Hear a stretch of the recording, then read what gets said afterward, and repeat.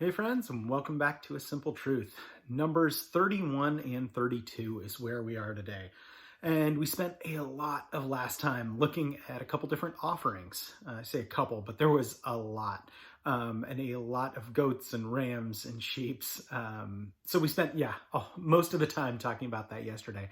Today we're going to be looking at war with the Midianites. I told you they'd come back up, and they have. We're also going to look at an interesting situation of a couple of the tribes settling on the opposite side of the Jordan. And we'll see why that is and what that looks like. And for this war with the Midianites that I talked about, this is often seen as, by non-believers, as a really controversial topic, as a really, really tough topic. God makes some calls in here that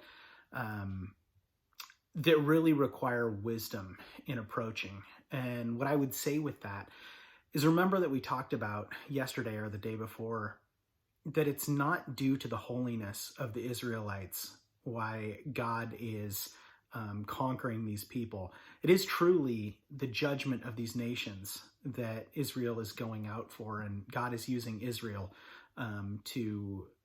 to judge and to punish these nations, just as he's using these nations to temper Israel and force them to trust him. So I just say, listen to this with some of that in mind, because this is the God that we serve, and he is a judge, a righteous judge, and you'll see that here in chapter 31 and 32. So Numbers 31 and 32.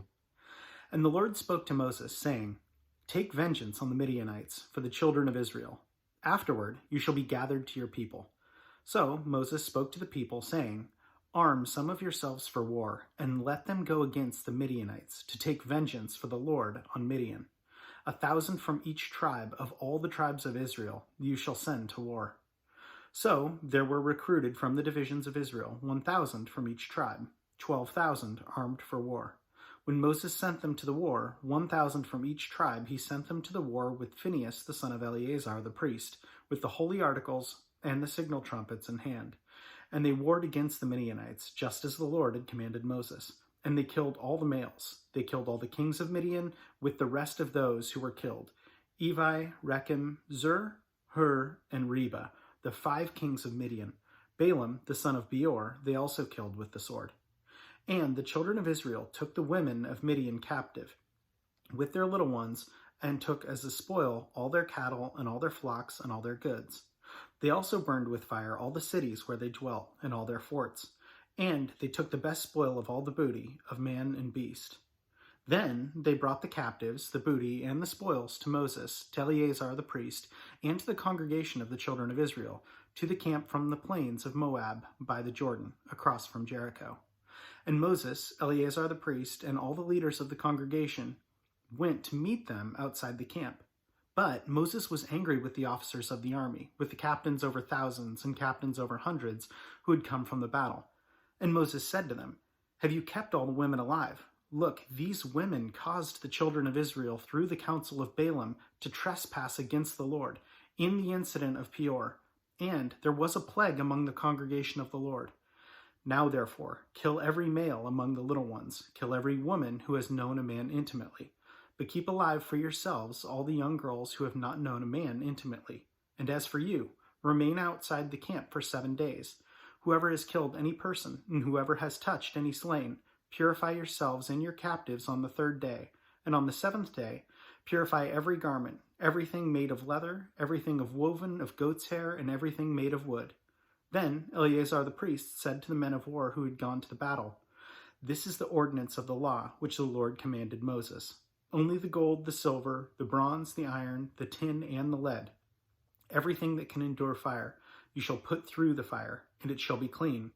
And it shall be purified with the water of purification. But all that cannot endure the fire, you shall put through water. And you shall wash your clothes on the 7th day, and be clean. And afterward you may come into the camp." Now the Lord spoke to Moses, saying, "Count up the plunder that was taken of man and of beast, you and Eleazar the priest, and the chief fathers of the congregation, and divide the plunder into 2 parts, between those who took part in the war, who went out to the battle, and all the congregation. And levy a tribute of the Lord on the men of war who went out to battle. every one of 500 of the persons, the cattle, the donkeys, and the sheep. Take it from their half and give it to Eleazar the priest as a heave offering to the Lord. And from the children of Israel's half you shall take one of every 50, drawn from the persons, the cattle, the donkeys, and the sheep, from all the livestock, and give them to the Levites who kept charge of the tabernacle of the Lord. So Moses and Eleazar the priest did as the Lord commanded Moses.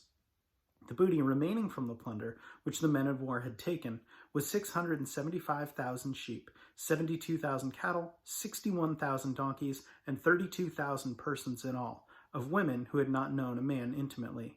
And the half, the portion of those who had gone out to war, was in number 337,500 sheep. And the Lord's tribute of cattle, and the Lord's tribute of sheep was 675. The cattle were 36,000, of which the Lord's tribute was 72. The donkeys were 30,500, of which the Lord's tribute was 61.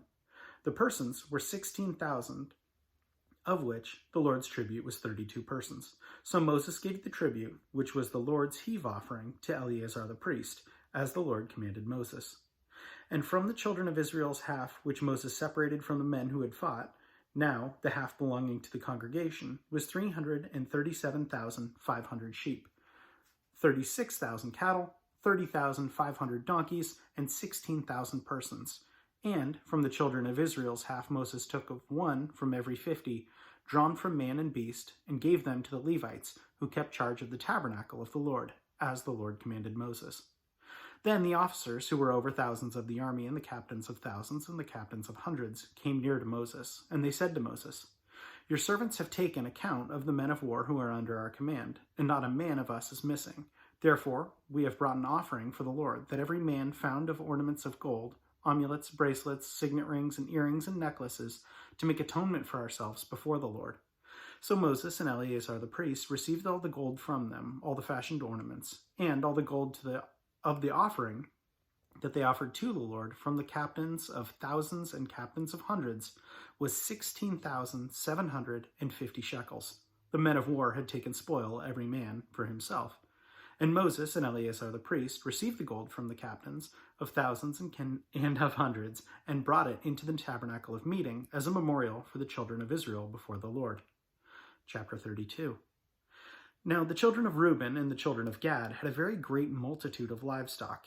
And when they saw the land of Jazer and the land of Gilead, that indeed the region was a place for livestock, the children of Gad and the children of Reuben came and spoke to Moses, to Eleazar the priest, and to the leaders of the congregation, saying, Ataroth, Dibon, Jazer, Namirah, Heshbon, Eliah, Shebam, Nebo, and Beron, the country which the Lord defeated before the congregation of Israel, is a land for livestock, and your servants have livestock. Therefore they said, If we have found favor in your sight, let this land be given to your servants as a possession. Do not take us over the Jordan.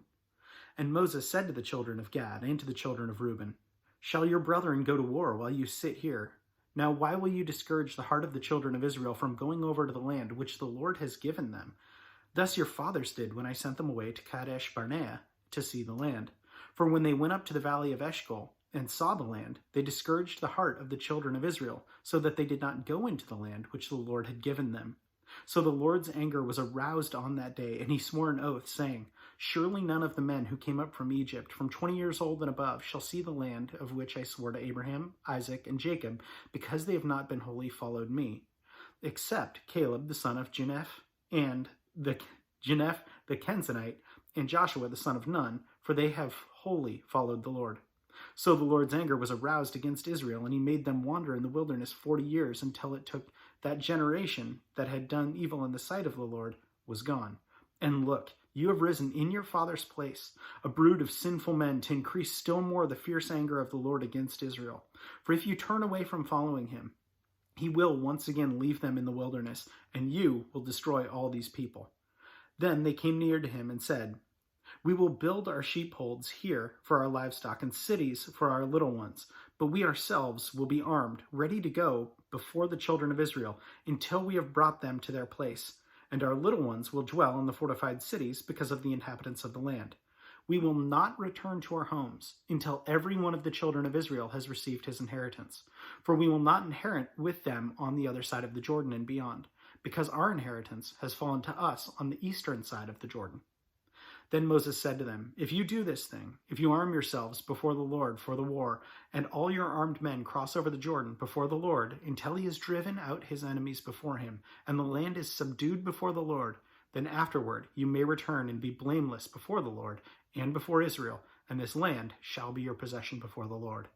But if you do not do so, then take note, you have sinned against the Lord, and be sure your sin will find you out. Build cities for your little ones, and folds for your sheep, and do what has proceeded out of your mouth." And the children of Gad and the children of Reuben spoke to Moses, saying, "Your servants will do as my Lord commands. Our little ones, our wives, our flocks, and our livestock will be there in the cities of Gilead. But your servants will cross over, every man armed for war before the Lord to battle, just as my Lord says." So Moses gave the command concerning them to Eleazar the priest, to Joshua the son of Nun, and to the chief, the fathers of the tribes of the children of Israel. And Moses said to them, "If the children of Gad and the children of Reuben cross over the Jordan with you, every man armed for battle before the Lord, and the land is subdued before you, then you shall give them the land of Gilead as a possession. But if they do not cross over armed with you, they shall have possessions among you in the land of Canaan." Then the children of Gad and the children of Reuben answered, saying, "As the Lord has said to your servants, so we will do. We will cross over armed before the Lord into the land of Canaan, but the possession of our inheritance shall remain with us on this side of the Jordan." So Moses gave to the children of Gad, to the children of Reuben, and to the half-tribe of Manasseh, the son of Joseph, the kingdom of Shion, king of the Amorites, and the kingdom of Og, king of Bashan, the land with its cities within its borders, the cities of the surrounding country. And the children of Gad built Dibon, Ataroth, and Aror, Ataroth and Sheopan, and Jazer, Jogbaha, Beth Nimrah, and Beth Haran, fortified cities and folds for sheep. And the children of Reuben built Heshbon, Eliah, Kirjathaim, Nebo, and Baal-meon, their names being changed, and Shibma, and they gave other names to the cities which they built. And the children of Machir, the son of Manasseh, went to Gilead and took it, and dispossessed the Amorites who were in it. So Moses gave Gilead to Machir, the son of Manasseh, and he dwelt in it. Also Jair, the son of Manasseh, went and took its small towns, and called them Havoth Jair. Then Nebo went and took Kenath and its villages, and he called it Nebo, after his own name. So again, you can see a lot there, and admittedly, you can see why people might balk at this.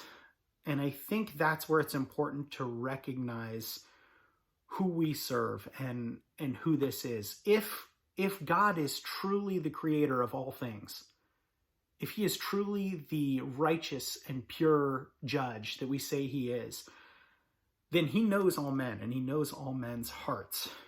And if that's the case, then again, I think it's important to remember that his judgment is righteous. And to who is the pot to say to the potter, you're doing things wrong?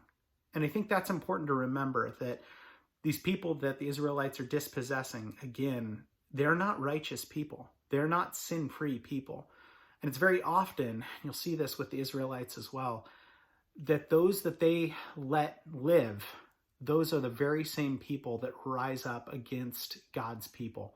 It's also important to recognize, too, that this is a specific directive that God has given for his specific people at a specific time. We can see that the New Testament takes a different approach to this, right? Because this is a completely different time. We are under a different covenant. But it's important to recognize with a lot of this stuff that these challenges may be brought up, God is just, and he is holy and a righteous God. Even when the judgments we may not fully understand, reading it in context and seeing is so important. It makes a world of difference. So with content like this, I love this content. It's really, really intense content, but really, really good. Really, really interesting stuff.